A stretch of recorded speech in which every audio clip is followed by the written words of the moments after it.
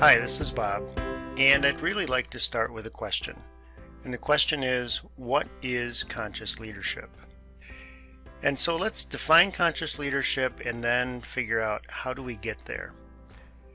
So we define it as attracting, inspiring, and retaining the right people focused on common purpose to create value within their stakeholder community. And what does all that mean?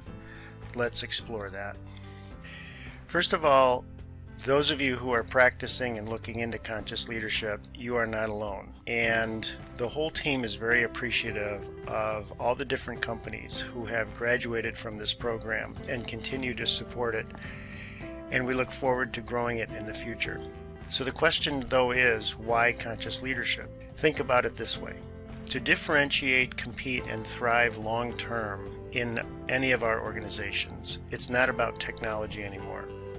It's about consciously using leadership skills to attract, inspire, and retain the right people who are willing to innovate toward a larger common purpose, adding value to our wider stakeholder community. And that includes the leader themselves, you, the team, and stakeholders. And whether it's creativity, quality, or productivity, it's the right people innovating toward common purpose that really makes the ultimate difference. You see, leadership, whether it's good or bad, generates focus.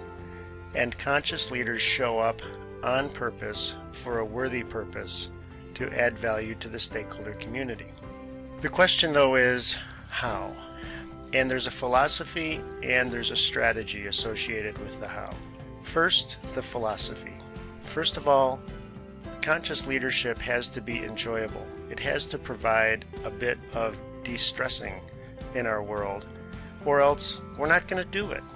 And secondly, it has to be simple enough to be actionable on an everyday basis. So let's get into the strategy. And the strategy really comes down to this triangle. And there's three key points to the strategy, and they evolve around this one common theme. And that common theme is this: everybody wants to win. So how do we get there? Well, first of all, we have to play to our yes. And we have to feel like we're winning within our yes. And this includes understanding who our stakeholders are, what our stakeholders need. Are we living to our core values, to our higher purpose? We're getting the results that we need in order to feel like we're winning. Secondly, I have to show up well as a leader because I'm always a role model. So I have to pay attention to my how. And that includes building trust and respect, running meetings and presentations well, setting good goals so people know how to participate, and in every communication and every interaction, acting like a leader because I always am a role model. And then the third is living within my why. And that has to do with my attitude and mindset towards being a leader and really living to my fullest. And so this underscores in beliefs and values, my true motivations, practicing mindfulness on an everyday basis, and showing up well using the information from my emotional intelligence. All of these things are relatively simple up front. However, to grow in wisdom in all of them, I have to stop, we all have to stop and reflect. How am I doing? And so there's a reflection point in every one of these where we say, am I showing up the right way? Do I feel like I'm winning with my yes? And is my mindset correct?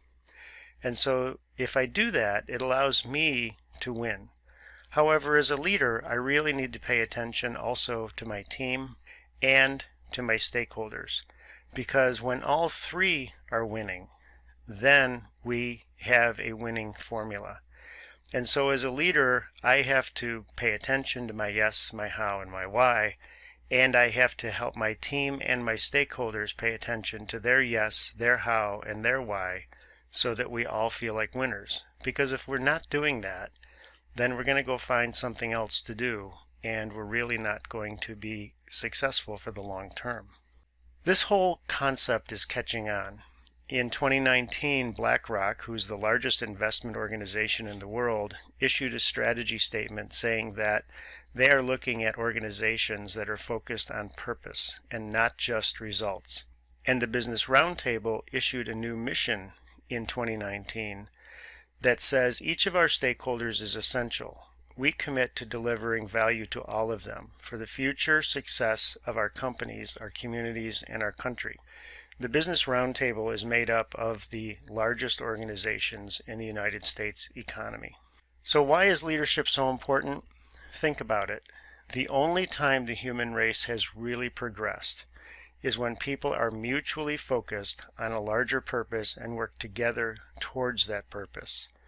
And we have some wins that we can talk about: the American Revolution, winning World War I and II, the Manhattan Project, the New Deal, the moon landing, mapping the human genome, Apple, Amazon, Tesla, those types of organizations.